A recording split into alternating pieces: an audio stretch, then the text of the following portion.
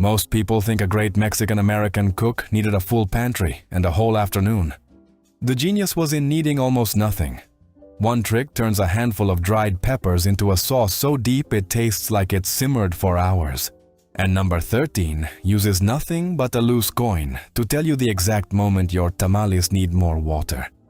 So hit subscribe, because the tricks near the end of this list are the ones most people have never heard of. Here are 30 genius Mexican-American cooking tricks you will wish you knew sooner. Number 30. Charring tomatoes on the open flame.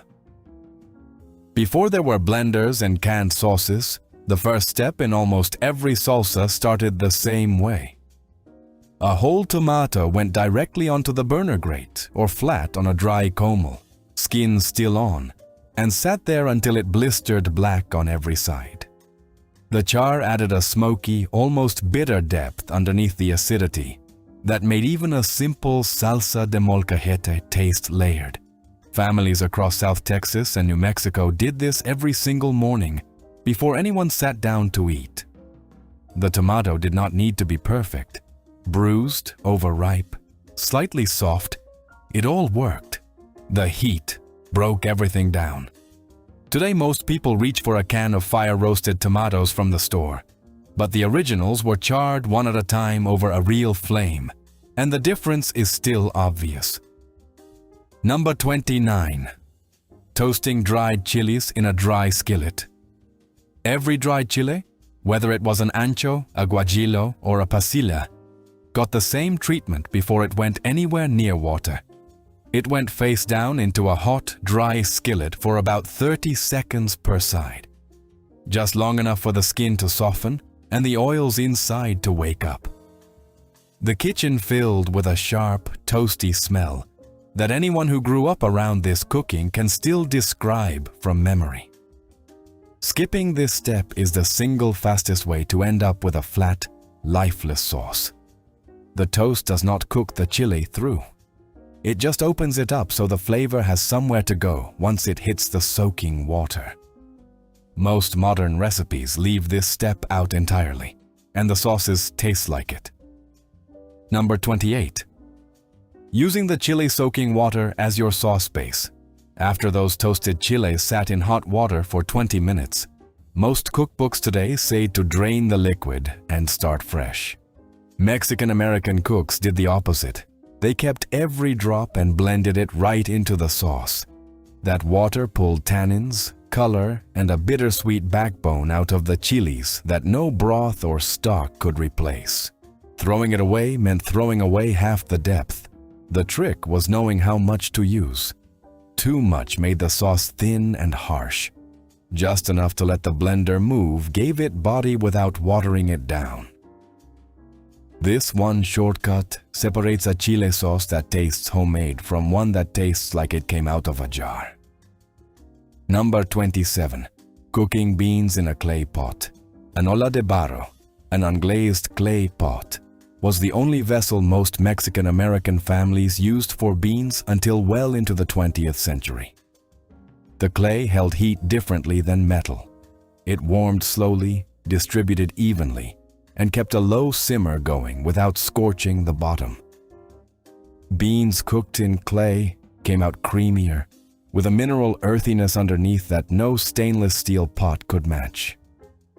The pot itself seasoned over time, absorbing years of bean broth into its walls, which meant every new batch started with a ghost of every batch that came before.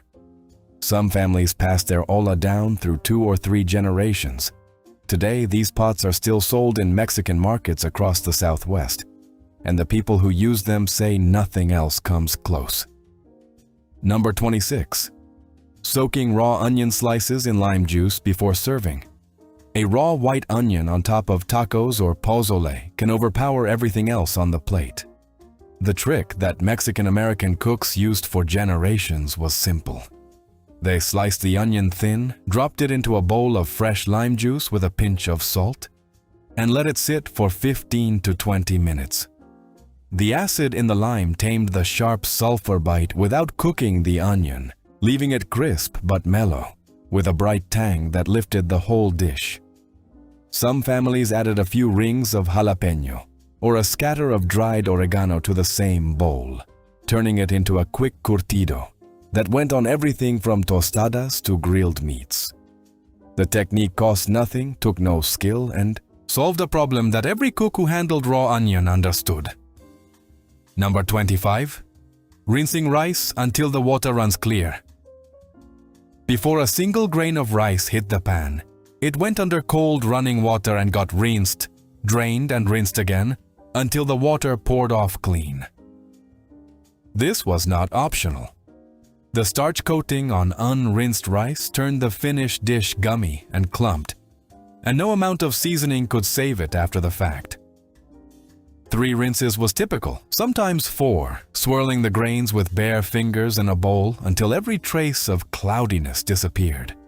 The result was rice that cooked into separate fluffy grains with a clean bite, exactly the texture that made arroz rojo work as a side dish at every meal. Skipping this step is the most common reason homemade Mexican rice comes out wrong today. Number 24. Toasting rice in oil before adding liquid. After the rinsing came the toast. The drained rice went into a hot pan with oil or lard and stayed there, stirring constantly until every grain turned golden and smelled like roasted nuts. This sealed the outside of each grain, so it held its shape during cooking instead of falling apart, and it built a layer of flavor underneath the tomato and broth that came next. Many families added a clove of garlic or a quarter onion to the oil at the same time, letting it brown alongside the grains. Once everything was golden, the tomato sauce and hot broth went in all at once. The lid went on, and nobody touched it again until it was done. 5 minutes of toasting made all the difference. Number 23. Saving and reusing cooking drippings. There was always a jar or a coffee can sitting near the back of the stove, and it held every drop of fat left over from the last meal. Chorizo grease, bacon fat, the rendered drippings from a pork roast. It all went into the same container and hardened into a pale, savory block that got scooped out by the spoonful. Nothing was wasted. Those drippings carried flavor from every dish that came before, and each new use layered that history into the next meal. Refried beans cooked in chorizo drippings tasted completely different from beans cooked in plain oil, and every family's jar had its own character. Today, this gets dismissed as unhealthy, but the women who cooked with it understood something about flavor that vegetable oil never could. Number 22. Rubbing meat with Naranja agria before slow cooking. Bitter orange, Naranja agria, was the secret behind some of the most memorable slow-cooked meats in Mexican-American kitchens. The fruit itself looks like a rough, greenish-yellow orange with thick, pitted skin, and the juice inside is sharply sour with a floral bitterness that sits somewhere between a grapefruit and a lime, but tastes like neither. In the Yucatan and across parts of South Texas, it was the foundation of cochinita pibil, where a whole pork shoulder got rubbed down with a paste of Naranja agria juice, acayote, garlic, and cumin, then wrapped in banana leaves and cooked low for hours until the meat fell apart at the touch of a fork. The acid in the juice broke down the tough connective tissue in the pork, while the floral notes seeped deep into the grain of the meat. No vinegar, no regular lime, no lemon does the same thing. The women who used Naranja agria did not think of it as a marinade. They thought of it as the first and most important step, and they would not start the dish without it. In grocery stores across the Southwest, bottles of Naranja agria juice still sit on the shelf next to the dried chilies. The same juice went into salsas, into ceviches, into salad dressings, and into agua fresca when mixed with sugar and cold water.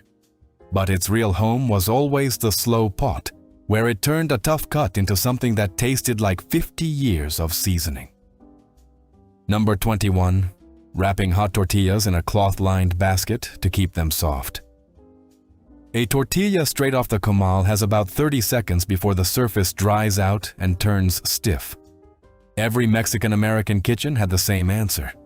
A deep basket or a bowl lined with a clean cotton cloth, sometimes a flour sack towel, sometimes a tea towel that had been in the family for years. Each tortilla came off the heat and went straight into the basket, and the cloth folded over the top to trap the steam. That moisture recycled back into the surface of the tortillas and kept them pliable through the entire meal. No plastic, no foil, no warming device. Just cloth and steam and the knowledge that a dry tortilla was a wasted tortilla. Number 20. Thickening soups and stews with a pinch of raw masa. When a pot of caldo or pozole was too thin, nobody reached for flour or cornstarch. They pinched off a small lump of fresh masa, rolled it between their palms, and dropped it straight into the simmering broth. The masa dissolved slowly, releasing its starch into the liquid and thickening it with a subtle corn flavor that blended in instead of covering up the other ingredients. It worked in bean soups, in birria, in menudo, and in any broth-based dish that needed a little more body without changing the taste. Flour would have clouded the broth and added a raw wheat flavor that did not belong. The masa did the job quietly. A few small balls stirred in over 10 minutes, and the soup went from watery to rich without anyone noticing the trick. Number 19. Blooming dried chile paste in hot oil before adding liquid. Making a red sauce from dried chiles was not just about rehydrating and blending. The step that separated a flat sauce from a deep, complex one happened after the blending, and most modern recipes leave it out. The blended chili paste went into a pan of shimmering hot oil, sometimes lard, and hit the surface with a sharp sizzle. It fried there for several minutes, spattering and darkening, while the heat unlocked flavor compounds that water alone could never reach. The Maillard reaction between the sugars in the chile and the hot fat created a roasted depth that tasted like the sauce had been cooking for hours, even when it had only been in the pan for 5 minutes. After the paste deepened in color and the spattering slowed, the broth or stock went in.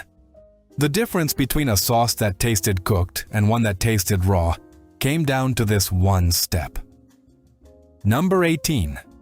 Pressing tortillas between 2 sheets of plastic. A tortilla press does one thing, but it does it wrong if the dough touches bare metal. The trick was cutting open a plastic bag, usually a grocery sack or a Ziploc, and laying one piece on the bottom plate and one on top. The masa ball went between them, the press came down, and the tortilla peeled off clean every time without tearing or sticking. No flour dusting, no scraping, no waste. The plastic also let the cook check the thickness by feel before lifting the top plate, and if the edges were too thick, one more light press fixed it. This small step saved more tortillas from the trash than any recipe ever written, and it took less than 2 seconds. Number 17. Curing a new olla de barro with garlic before first use. A brand new clay pot from the market was never put straight on the stove. It needed curing first. The inside was rubbed with cut cloves of raw garlic, pressed hard, so the juice soaked into the porous clay. Then the pot was filled with water and set over the lowest flame for several hours. The slow heat sealed the pores, and the garlic toughened the surface into a natural sealant. Without this step, the pot could crack from thermal shock or leak right through the wall. A properly cured olla lasted decades. The garlic smell faded after a few uses, replaced by the layered seasoning of whatever had been cooked inside. And that accumulated flavor was why a pot of beans from an old olla tasted nothing like beans from stainless steel. Number 16. Charring onion and garlic in their skins. Before peeling, before chopping, the whole onion and the whole garlic head went directly onto a hot comal, or straight into the flame, skin and all. The outer layer blackened and the inside steamed in its own moisture, turning soft and sweet. The char on the skin filtered a smoky flavor into the flesh without burning it, and when the skin finally came off, What was underneath was nothing like a raw onion. It was mellow, caramelized, and ready to blend straight into a sauce or broth. This trick saved time and added depth in one step. Anyone who grew up smelling onion skin char on a hot comal knows exactly what is about to be cooked the moment that scent hits the air. Number 15. Adding a cinnamon stick to Mexican rice. Not ground cinnamon from a shaker. A whole stick dropped into the pot alongside the broth and tomato, left to simmer with the rice and pulled out before serving. The stick released its oil slowly without overwhelming the dish, leaving behind a faint warmth underneath the tomato and cumin that most people could not even name, but always noticed when it was missing. This one addition separated a good pot of arroz rojo from a great one. The same stick sometimes went into a pot of café de olla or a batch of atole right after, because it still had flavor left to give. If your family did something different with their rice, put it in the comments, because every household had its own version of this trick. Number 14. Tenderizing tough cuts of meat by marinating in fresh pineapple. The cheapest cuts of beef and pork were the toughest, and Mexican-American cooks who could not afford tenderloin or ribeye had a trick that worked better than any commercial meat tenderizer on the shelf. Fresh pineapple. Not canned, not juice from a bottle, but the raw fruit, crushed or blended into a rough pulp and spread across the surface of the meat.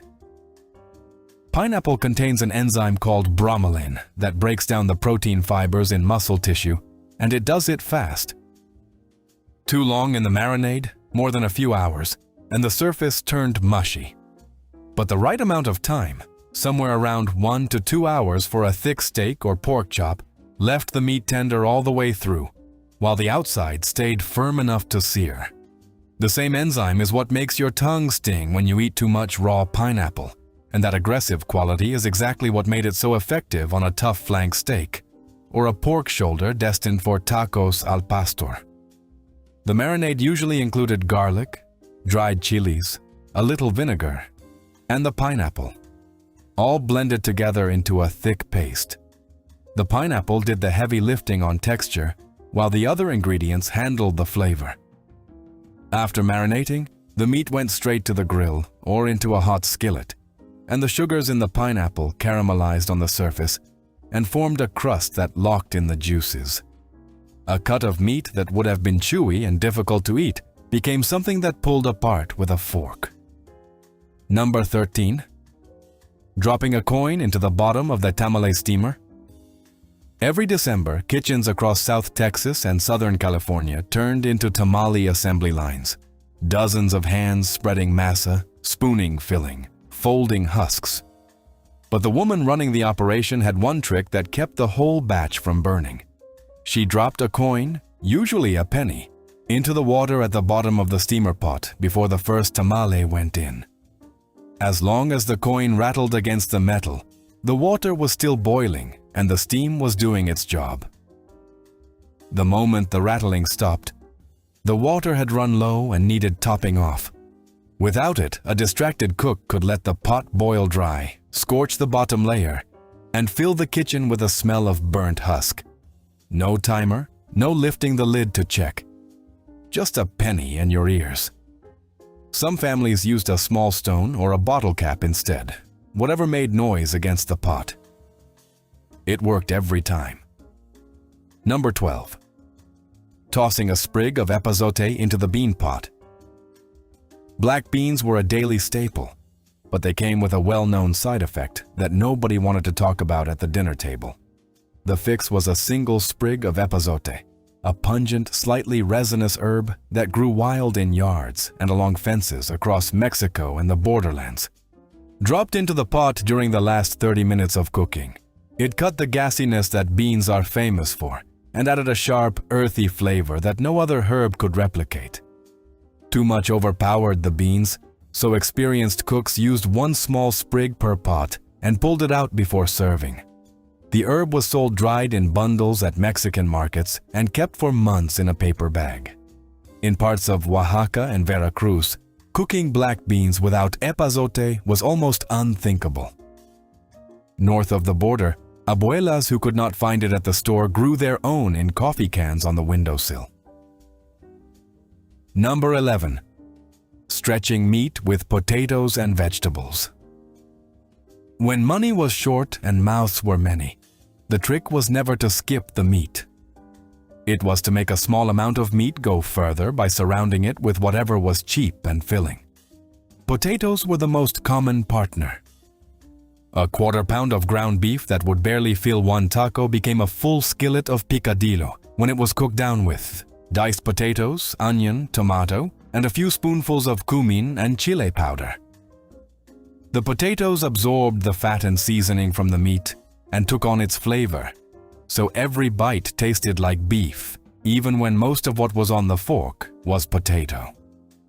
The same principle worked in stews, where a single beef shank or a few pieces of chicken could feed a family of 8 when it simmered for hours with chayote, carrots, corn on the cob, and cabbage. The broth did the real work, carrying the taste of the meat into every vegetable in the pot. Nothing was stretched thin. It was stretched smart. A pot of caldo de res with 1 bone and 10 vegetables was not a sign of going without. It was a display of skill, the ability to make a full, satisfying meal appear out of almost nothing. The idea was always the same. You worked with what you had and made sure nobody left hungry. The plate looked full, the flavors ran deep, and the only person who knew how little meat actually went in was the one who cooked it. Number 10. Adding chocolate to savory sauces. Chocolate in a main course sounds wrong until you taste what it does inside a mole or a rich red chili sauce, a small piece of Mexican chocolate, the kind sold in rough, grainy tablets flavored with cinnamon and sugar, went into the sauce near the end of cooking and melted into the liquid without making it sweet. What it did was round off the sharp edges of the dried chilies and give the sauce a velvety finish that nothing else could produce. The chocolate never dominated. It sat underneath everything else, barely detectable on its own but completely obvious when it was missing. Cooks who understood this trick used it in enchilada sauces and adobos too, not just mole, and nobody at the table could ever figure out what made it so smooth. Number 9. Culturing cream on the counter to make crema. Mexican crema, the tangy, pourable cream that goes over enchiladas, tostadas, and beans, did not come from a store. It came from raw cream left in a covered jar on the kitchen counter for a day or two until the natural bacteria in the milk began to ferment. The cream thickened, turned slightly sour, and developed a tang that no commercial sour cream could match. The process required no special equipment and no starter culture, just cream, warmth, and patience. The result poured like thick paint and tasted alive in a way that the sealed plastic tubs from the dairy aisle never will. It went over everything from enchiladas to fresh fruit, and it balanced heat and richness in a way that store-bought sour cream never could. Number 8. Running a perpetual bean pot all week. In many Mexican-American households, the bean pot never went cold. A fresh batch of pintos or black beans went on the stove early in the week, and the pot stayed on a low burner or got reheated every morning for days. Each reheating concentrated the broth, deepened the flavor, and softened the beans further until by the end of the week they were almost a paste.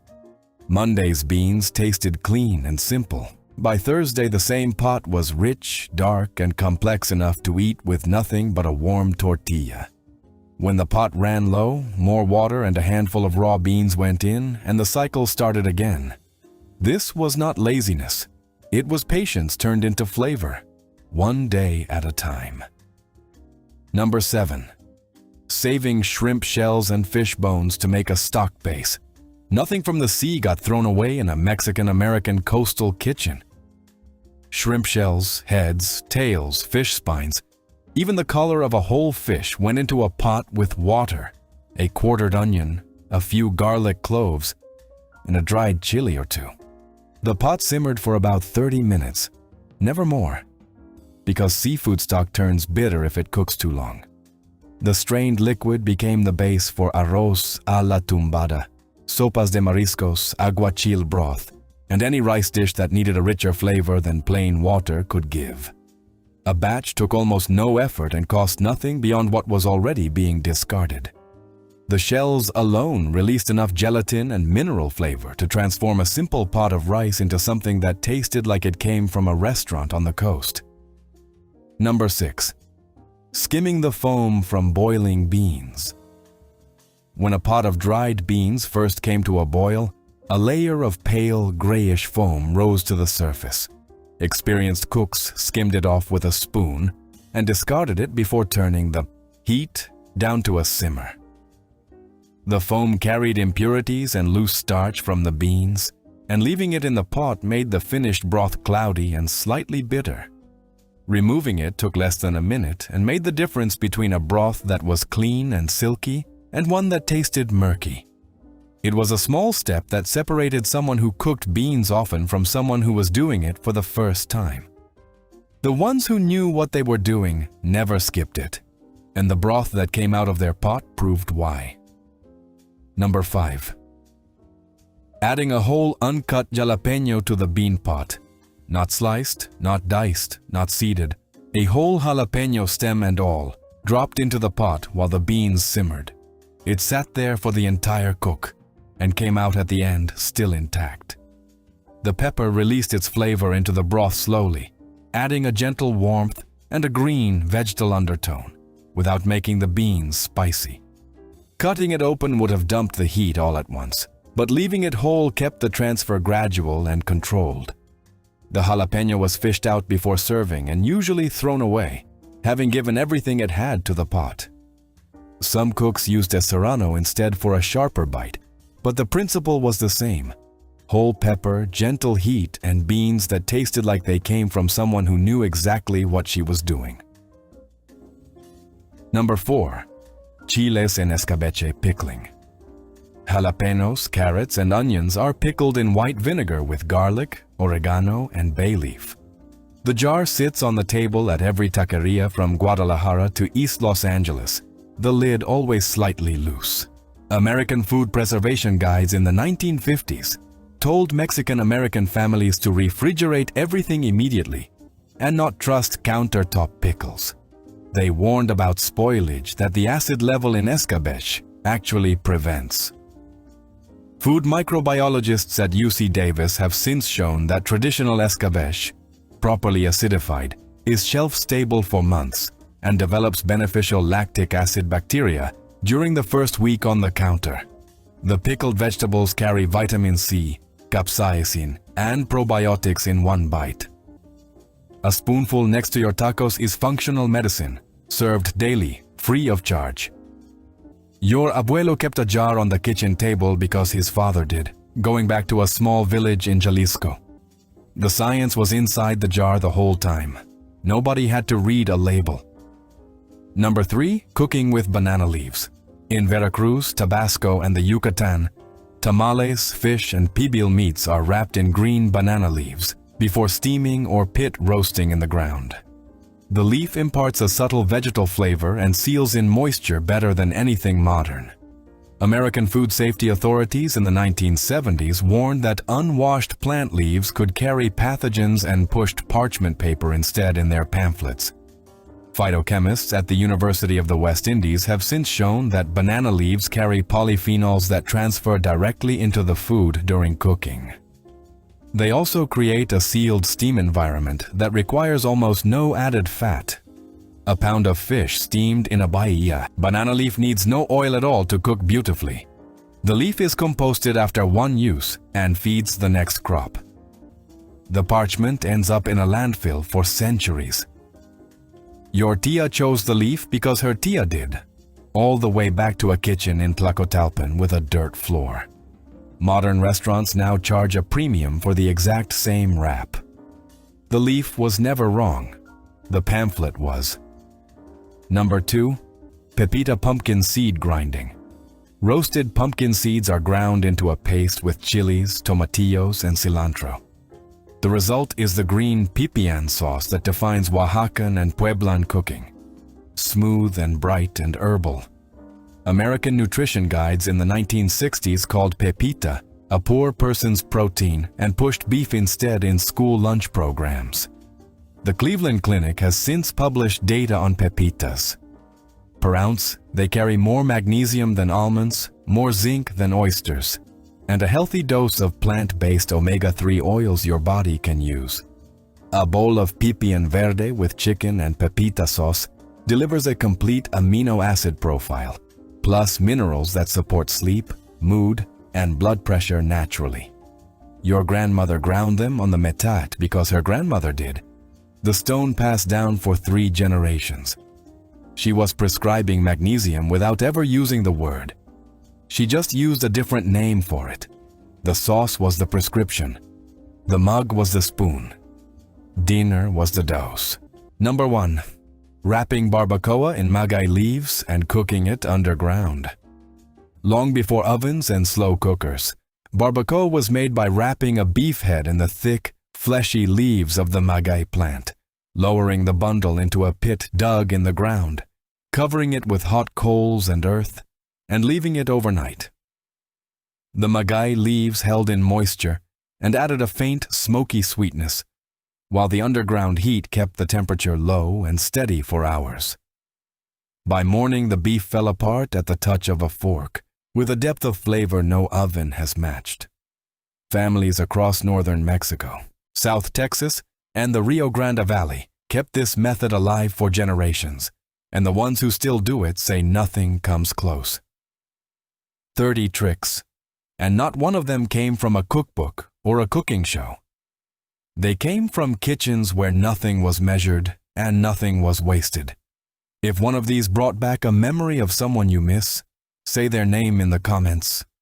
If this list meant something to you, hit the like button and share it with someone who grew up eating this food. And subscribe so you never miss what comes next.